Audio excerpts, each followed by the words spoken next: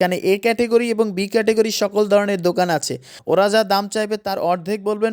250 গ্রাম তৈলের দাম নিয়েছে 100 টাকা। চিড়ের শখের বসে একটু বেগুনগুলো ভাজতে ভর্তা বানিয়ে ফেলবে যেহেতু। আর ইলিশ মাছের লেজ ভর্তাটা এখানে একটু জনপ্রিয়। যারা আসসালামু আলাইকুম, আমার আরেকটা নতুন ব্লগে সকলকে জানাচ্ছি স্বাগতম। আজকের এই ভিডিওতে পদ্মার মাওঘাটে গেলে যেভাবে ইলিশ মাছ কিনবেন এবং যেভাবে রান্না করে খাবেন এ সম্পর্কে থাকছে বিস্তারিত। তাই ভিডিওটি অবশ্যই না টেনে শেষ পর্যন্ত দেখবেন। প্রথমেই দেখতে পাবেন যে গোটা 20-এর মতো দোকান সেখানে রয়েছে। সেখানে এ ক্যাটাগরি এবং বি ক্যাটাগরি সকল ধরনের দোকান আছে।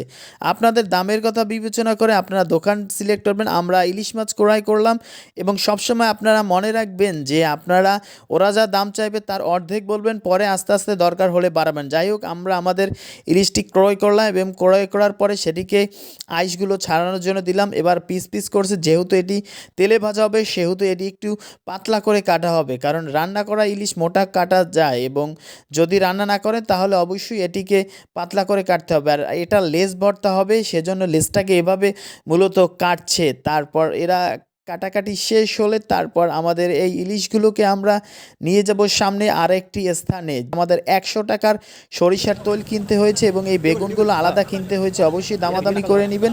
এই প্রতি পিস বেগুনের দাম পড়েছে 25 টাকা এবং আপনারা দেখতে পাচ্ছেন আমাদের 10 পিসের মতো মোটামুটি ইলিশ কাটা হয়েছে এবং সেগুলো দিয়ে দিচ্ছে তেল গরম করে। একদম সরিষার তেল, বলতেছে অরিজিনাল ঘানিতে ভাঙা। 250 গ্রাম তৈলের দাম নিয়েছে 100 টাকা। চিন্তা করেন তাহলে কেজি পরে 400 টাকা, খুব বেশি মনে হচ্ছে। আর এ সমস্ত দর্শনীয় জায়গা বা যেখানে ঘুরতে যায় মানুষ, সেখানে খাবারের দাম কেবল বেশি না, অনেক বেশি বলা যায়। তিনজন তারা দেখতে পাচ্ছি খুব আগ্রহের সাথে মাছ উল্টাচ্ছে। আসলে তারা রান্না বান্না করে না, ওই শখে এটা একটু উল্টাচ্ছে পাল্টাচ্ছে। আর ইলিশ মাছ কিন্তু ভাজা প্রায় শেষ পর্যায়ে চলে এসেছে। ওরা একটু নিজেদের মতো করে একটু আনন্দ করছে, সেজন্য আর কি এটা উল্টাচ্ছে। যাই হোক, পর্যায়ক্রমে আর একজন মাসুদ, সে কোনোদিনই ভালো হবে না, সে শীতে কাবু, তারপরও সে তার মতো দুষ্টমি করছে। যাই হোক, এরপরে মূলত আমার পালা আসবে। আমিও এখানে সেখানে একটু দুষ্টমি করেছি এবং রান্না তো ওইভাবে করা হয় না, কিন্তু যাই শখের বসে একটু দুষ্টমি করছি। যাই হোক, আমাদের ইলিশ মাছ ফ্রাই করা একদম শেষ এবং এখন আমরা উঠিয়ে রাখবো এবং ইলিশ মাছগুলো একদম ওরা চিবিয়ে খাওয়া যাবে এরকম একদম কুরমুরে অবস্থায় ওরা তৈরি করছে। আর বেগুনগুলো দেখছেন, এই বেগুনগুলো ওরা ভাজবে, এগুলো তাল বেগুন না কি যেন বলে। আরও এক গ্রুপকে দেখছি তারা খাচ্ছে তাদের মতো করে।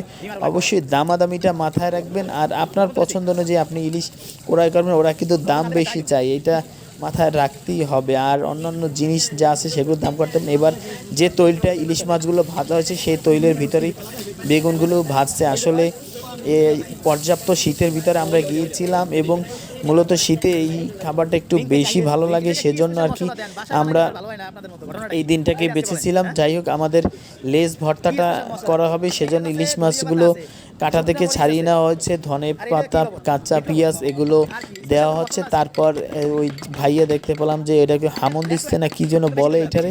তারপর ওইটার ভিতর দিয়ে নিজের সর্বশক্তি প্রয়োগ করে ওইটাকে একদম পিষে একদম ভর্তা বানিয়ে ফেলবে। যেহেতু পাটা অথবা পুতা আমরা সাধারণত দেখি বাটাবাটি করে, ওইটা যেহেতু করবে না সেহেতু ওইভাবে করবে, আরও কিছু মশলা দিচ্ছে। আর ইলিশ মাছের লেজ ভর্তাটা এখানে একটু জনপ্রিয়। যারা যায় প্রত্যেকেই ইলিশ মাছ ভাজা তো খাই, পাশাপাশি লেজ ভর্তাটা এখানে খুবই জনপ্রিয়। তারপর কাঁচা ধনিয়া পাতা দিল, তারপর শুকনো মরিচ আর ওরা কী যেন দিল। তারপর দেখতে পেলাম যে আমাদের লেজ ভর্তা ইতিমধ্যে হয়ে গিয়েছে এবং আমাদের খাবারের জন্য অন্যান্য যে ভাত, তারপর অন্যান্য যা দরকার সেটা অর্ডার করছে। আর এখানে ভাতের দামও কিন্তু প্রচুর, প্রতি বোল ভাতের দাম রেখেছে 120 টাকা করে এবং ওরা খাওয়া শুরু করে দিয়েছে। এই ছিল। আর ইলিশ মাছের স্বাদ ওইখানে সবার ইলিশই ভালো, মোটামুটি সবাই ভালো থাকবেন। আল্লাহ হাফেজ।